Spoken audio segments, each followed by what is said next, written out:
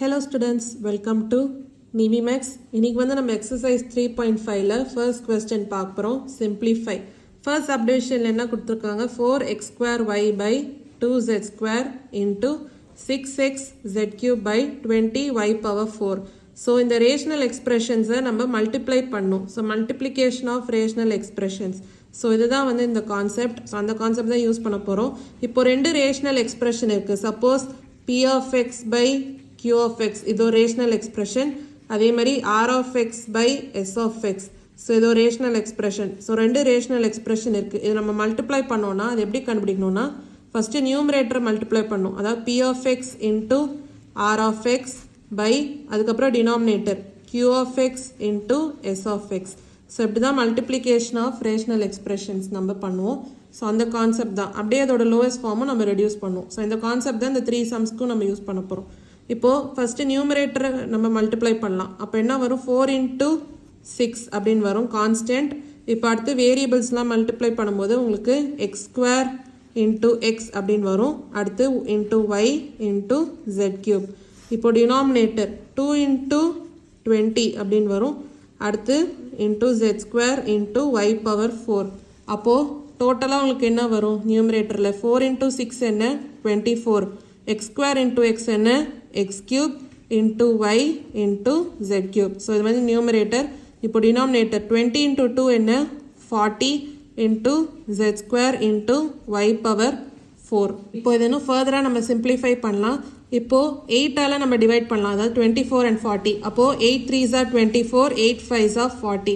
இப்போது X cube இங்கே எதுவுமே டிவைட் பண்ண முடியாது. ஸோ அப்படியே விட்டுறலாம். இங்கே பார்த்தீங்கன்னா ஒய் இருக்குது, இங்கே ஒய் பவர் 4 இருக்குது.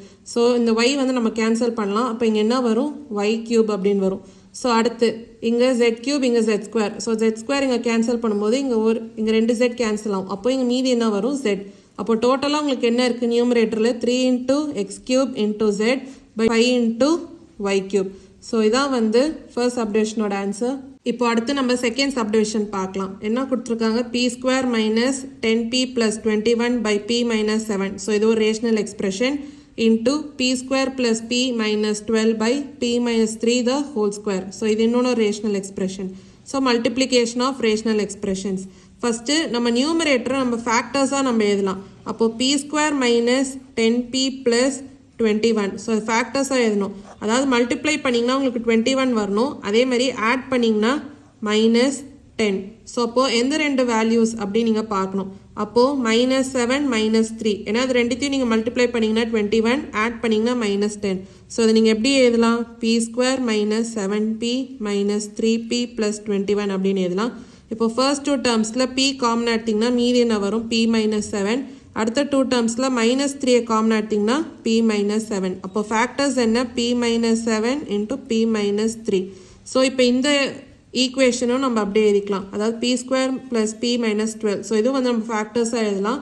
அப்போது p square plus p minus 12னா அதாவது மல்டிப்ளை பண்ணிங்கன்னா உங்களுக்கு மைனஸ் 12 வரணும். ஆட் பண்ணிங்கன்னா 1. ஸோ அப்போ எந்த ரெண்டு வேல்யூஸ்னால் 4 மைனஸ் 3. ஏன்னா அது ரெண்டுத்தையும் நீங்கள் மல்டிப்ளை பண்ணிங்கன்னா மைனஸ் 12, ஆட் பண்ணிங்கன்னா 1. ஸோ அப்போ அது நீங்கள் எப்படி எழுதலாம்? P square plus 4p minus 3p minus 12 அப்படின்னு எழுதலாம். அப்போ ஃபர்ஸ்ட் 2 டேர்ம்ஸில் p காமன் எடுத்திங்கன்னா p ப்ளஸ் 4. அடுத்த 2 டேர்ம்ஸில் மைனஸ் 3 காமன் எடுத்திங்கன்னா p ப்ளஸ் 4. அப்போ ஃபேக்டர்ஸ் என்ன? p minus 3 into p plus 4.